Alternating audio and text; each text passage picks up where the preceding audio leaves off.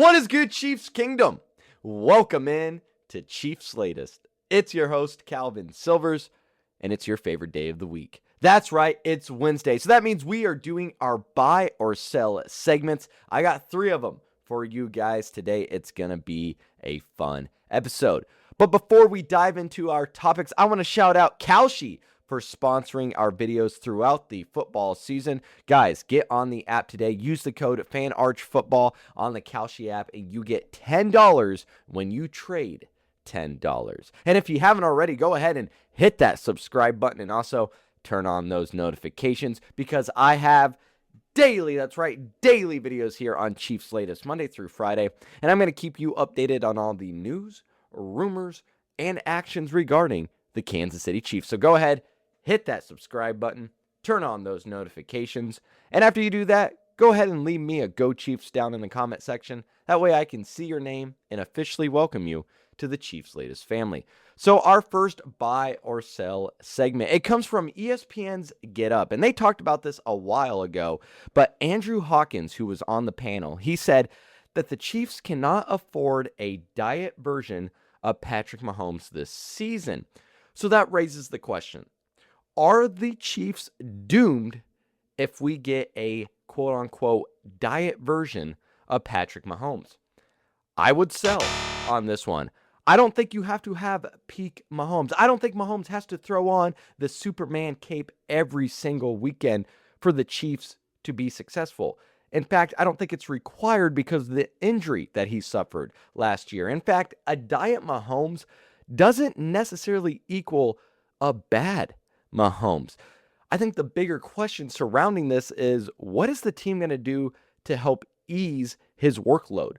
Because he can still beat that elite processor. He can still be that accurate passer. If the team steps up like it should in the way that the Chiefs built them this offseason, the decisions should be a lot easier for Patrick Mahomes, less mistakes his way. And one way that this team could help is relying on the run game. You have someone like Kenneth Walker, a Super Bowl running back MVP. You have Emmett Johnson, who I understand it was just the first preseason game, but he looks like he can be hard to deal with in the league for the upcoming years. So you have 2 credible run threats. That should be enough to create some kind of defensive hesitation, which is going to open up a lot for Patrick Mahomes. Now, I'm not expecting the Chiefs to be a ground and pound team, but just run the ball a little bit more. Play action. Open that up. Easier windows for Mahomes. The linebackers, the safeties, they have to hesitate. So what does that do? Well, the intermediate game is wide open then. And you have receivers like Rashee Rice. You have receivers like Xavier Worthy. And again, Rice, he's not good against man-to-man. You don't want him out there. He is a gadget player. You want him to just be able to get into that intermediate route there and then let his yak ability take care of the rest.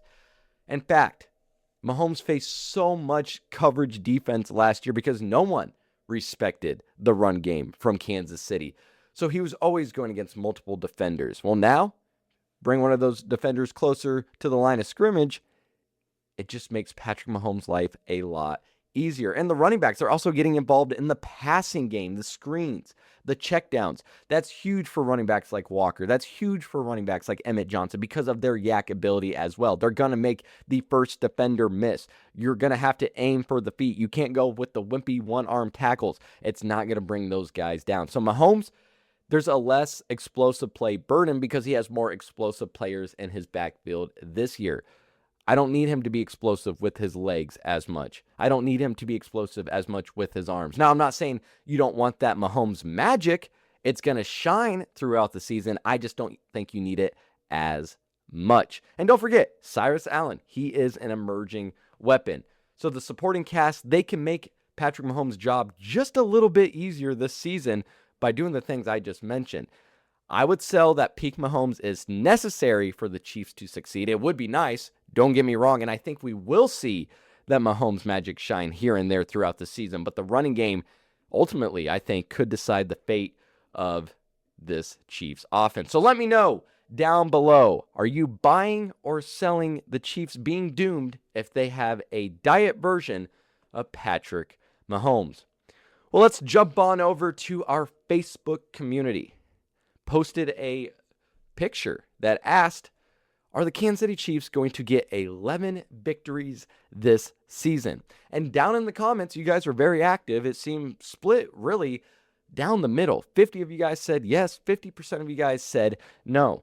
And if I'm a gambler at home, if you love to gamble, I would buy the Chiefs getting 11 wins this season. And I'm going to lay out the pathway for you guys right now. Let's look at the first 5 games. You open up with Denver.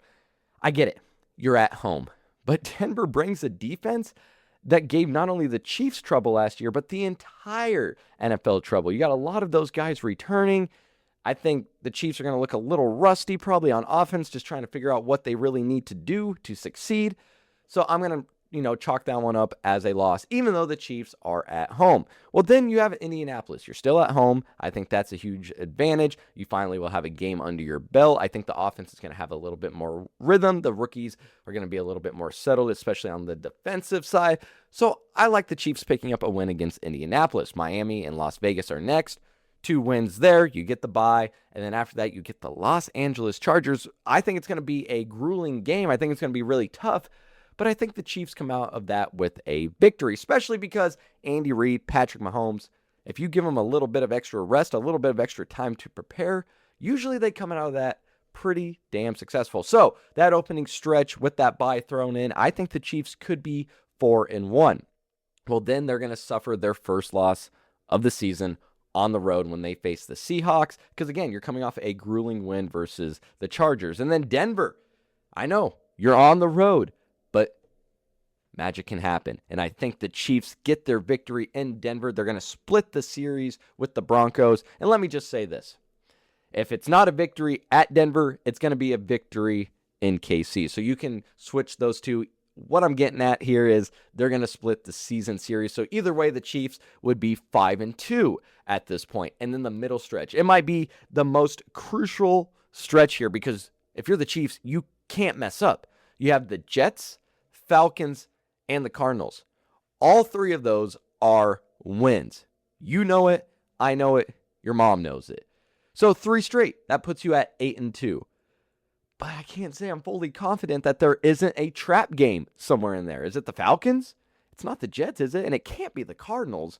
So it might be the Falcons. That might be the team you have to watch there during that stretch. But again, I think you get 3 victories. You're 8-2. And all that is crucial to be 8-2 at this point because then you have a really tough stretch. You have to take care of business before this because you go to Buffalo, that shiny new stadium that they have. Even though they said that some of the views are obstructed, I would be mad if I'm a fan and I sit there, brand new stadium, spend all this money, and my view is obstructed. But anyways, let's get back to the point here. Brand new, shining stadium. I think the Chiefs are going to suffer a loss. I think Josh Allen, as much as I hate to say, gets another regular season win over Patrick Mahomes, so the Chiefs fall to 8-3. Well, then you have the Rams, and then you have the Bengals.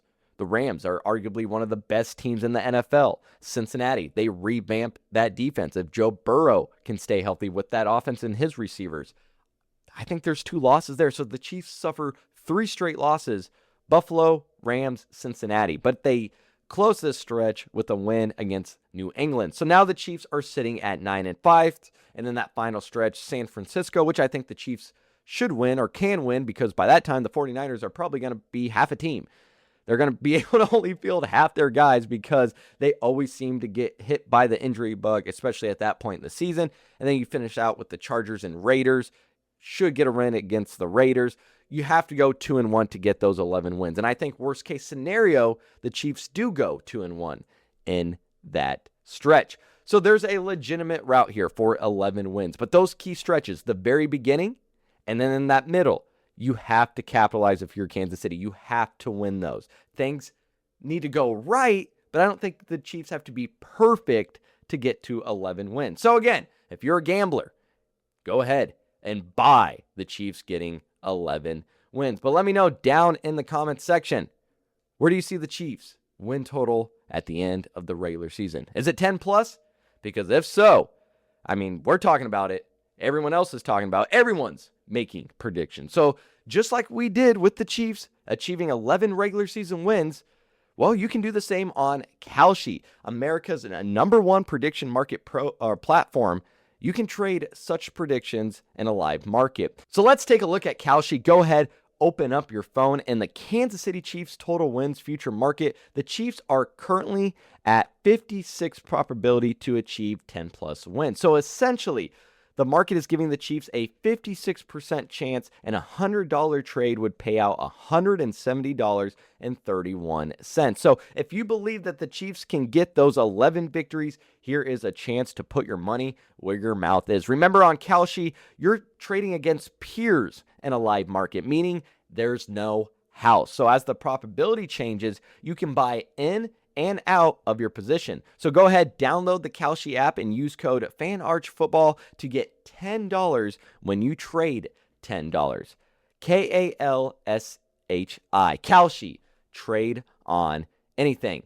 Shout out once again to Kalshi for sponsoring our videos throughout the football season. Let's get back to our buy or sell.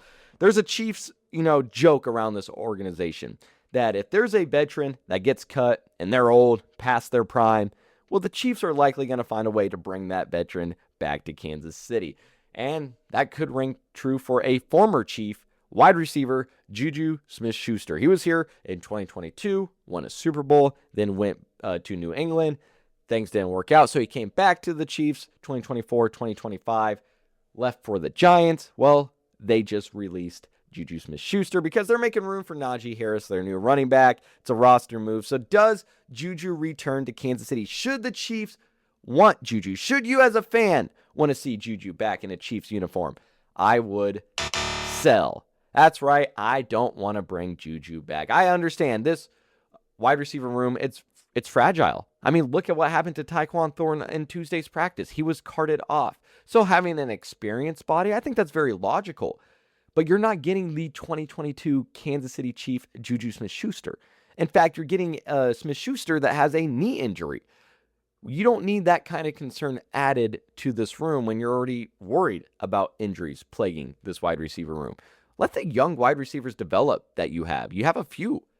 Cyrus Allen, Andrew Armstrong, Jalen Royals.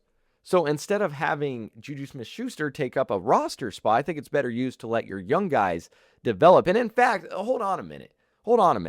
If you were truly serious about bringing in a veteran and making this wide receiver room better with a veteran body, you should have went after Keenan Allen. You should have made room for him. That would have been your productive veteran. That would have been a better fit for the Kansas City Chiefs.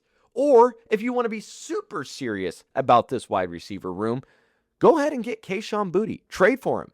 He's only 24 years old. He's in the final year of his rookie contract, so it could be a cheap one-year rental. Then you can decide what to do after that. But he had career highs last year, 33 catches, 551 yards, 6 touchdowns. It's a fifth-round asking price. I'm all about that. If I'm Brett Veach, I'm making that work. He's a vertical threat.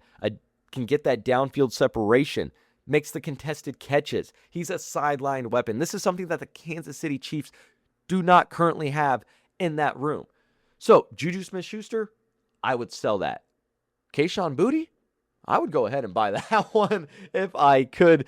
But in reality, guys, let's let the young guys do their thing.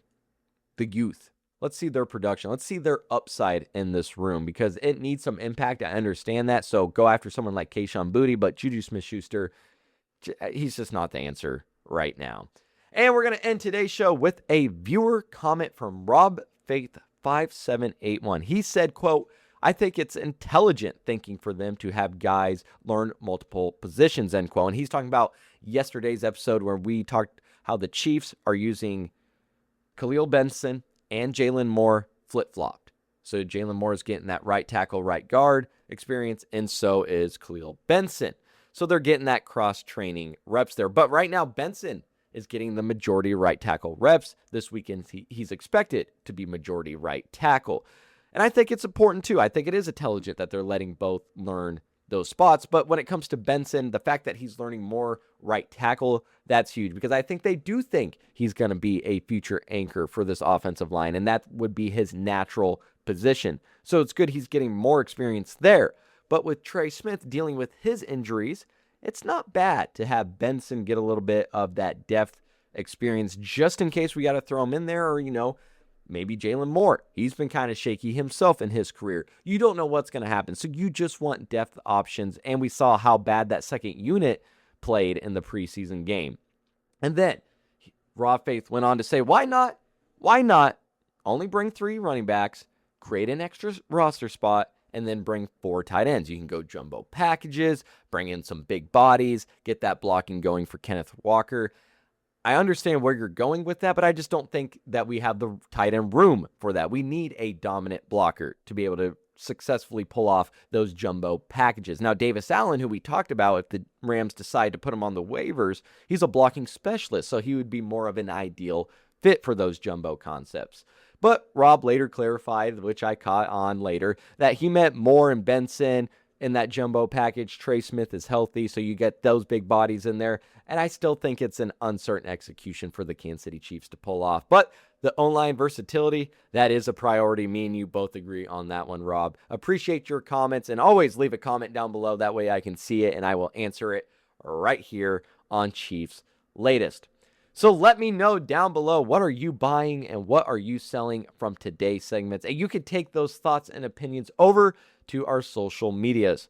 We're on Facebook, YouTube, TikTok, Instagram, Spotify, Apple Podcasts. Guys, we are everywhere. Look up Cheifs Latest. Give us a like, a favorite, a 5-star review, whatever you guys can do to show your support. I always appreciate it. And if you haven't already, guys, the subscribe button, it's right there. Go ahead, click it, and leave me a Go Chiefs down in the comment section. Once again, you are listening to Cheifs Latest. I'm your host, Calvin Silvers. And until next time, have a good one.